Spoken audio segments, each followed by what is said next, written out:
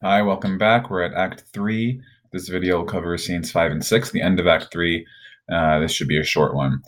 Because, in part, this scene, scene 5, most scholars agree was not actually written by Shakespeare, was added in later, so we don't really need to worry about it. In terms of plot, you can see, after that banquet scene where Macbeth showed everyone how nuts he was and, hallucinated seeing Banquo's ghosts, and then told his wife that he wanted to go see the weird sisters again. He wants to go back to the witches, so they're back in the play now. Now we get right back to those witches who are meeting Hecate, who is the goddess of witchcraft. She's like their boss. And the first witch says she's angry. She looks angry.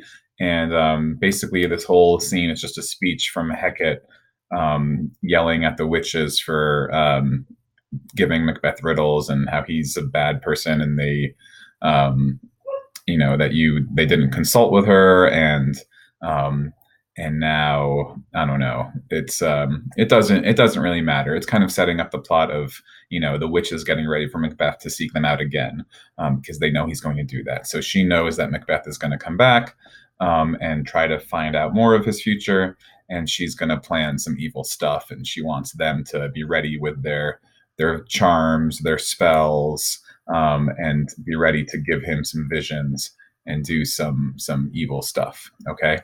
Um, so the witches decide to do that. Anyway, that's that. The more interesting scene here for me is scene 6. This is the final scene of Act 3.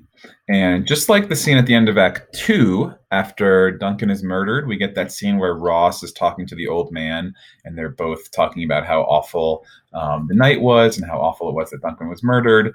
And, just that this is terrible, but they don't really suspect anything about Macbeth yet. So let's check out how this one is different. Lennox, who's another one of the lords, right, is just talking about how he, this is kind of what I was saying before. Things have been strangely born. And check out if you can figure out his tone here, the way he talks about what happened. The gracious Duncan was pitied of Macbeth. Mary, he was dead. So this is about how Macbeth couldn't really pity Duncan after he was dead. And the right valiant Banquo walked too late. Okay, so now they're talking about how Banquo was murdered late at night. Whom you may say, if it please you, Fleance killed, for Fleance fled. So now apparently there's a story going around that Fleance killed his father since he fled away. Just like the story was that Malcolm and Donalbain killed their father because they then fled after that murder. All right? Does it sound like this is what Lennox believes? Men must not walk too late. I guess you just can't walk around late at night anymore. Who cannot want the thought how monstrous it was for Malcolm and for Donalbain to kill their gracious father? Okay, damned fact. How it did grieve Macbeth. Again, tell me what you think the tone should be here. All right, and here he gives more clear explanation as to why he did what he did here. Did he not straight in pious rage?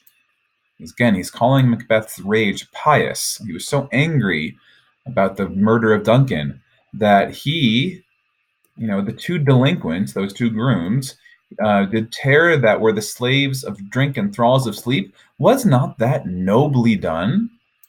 Okay, so yeah, it was so noble of Macbeth to kill those two grooms. Aye, and wisely too, and here comes the shift where you may be able to really be able to tell his tone, for 'twould have angered any heart alive to hear the men deny it. So what's he suggesting here? It's a good thing he killed those two grooms because it would have angered any heart alive to hear them deny that they killed Duncan, which of course they would have done. So now hopefully you can see the irony, the sarcasm that Lennox should be probably saying these lines with. Wisely, too. Would have been horrible to hear them deny it. How it did grieve Macbeth, right? Wasn't he so pious?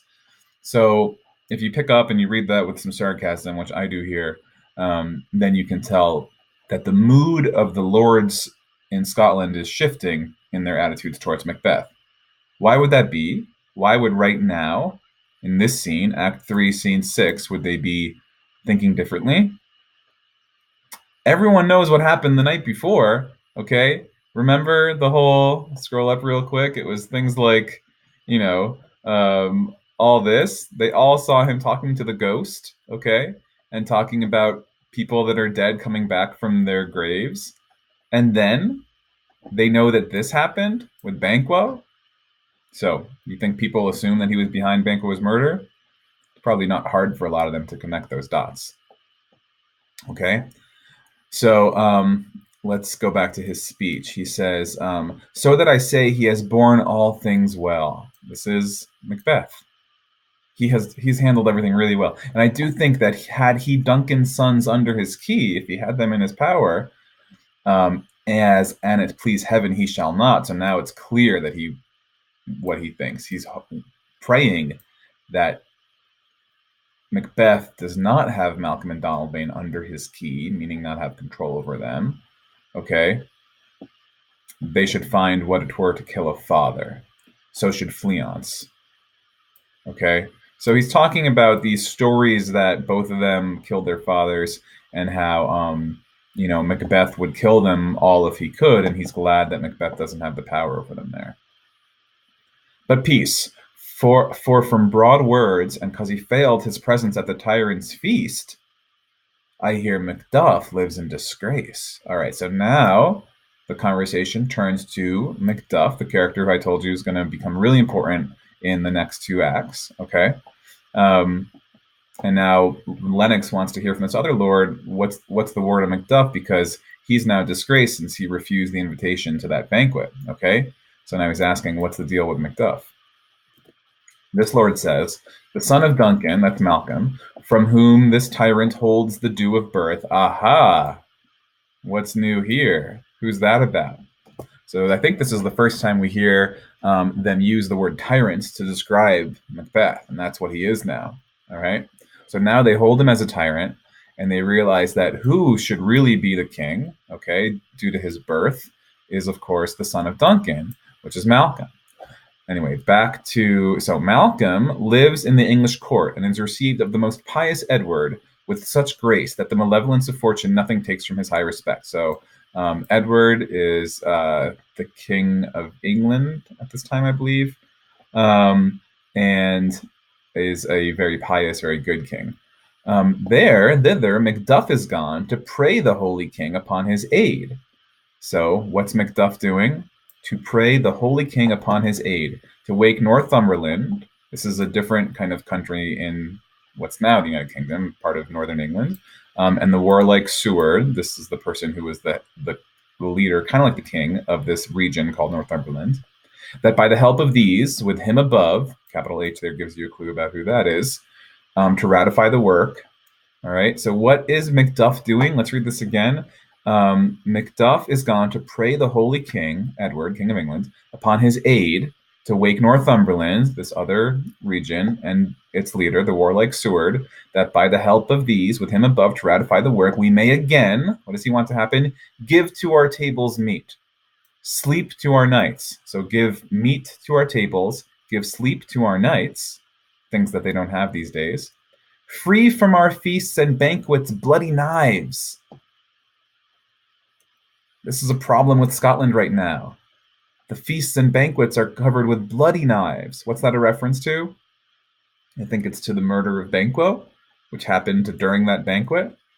Do faithful homage and receive free honors, all which we pine for now. And this report hath so exasperate the king that he prepares for some attempt of war. So, what's Macduff trying to do? He's trying to gather forces, gather allies for a war to overthrow Macbeth. And it looks like because of these reports of what's going down in Scotland, it's working. All right. Lennox says, sent he to Macduff. Okay. Now this is about Macbeth sending Macduff to come to the banquet. And Lennox is like, did that really happen? And the Lord says, yeah, he did. And with an absolute, sir, not I, the cloudy messenger turns me his back and hums, as who should say, you'll rue the time that clogs me with this answer. So this is the story of Macduff's defiance, his refusal, his outright refusal of the king. Sir, not I, if you can imagine. That's some boldness, all right?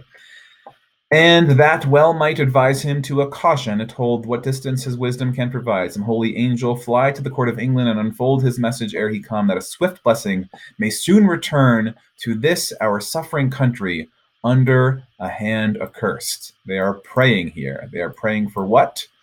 They are praying for someone to save their country. Their country is suffering under a cursed hand. That, of course, is Macbeth's. All right.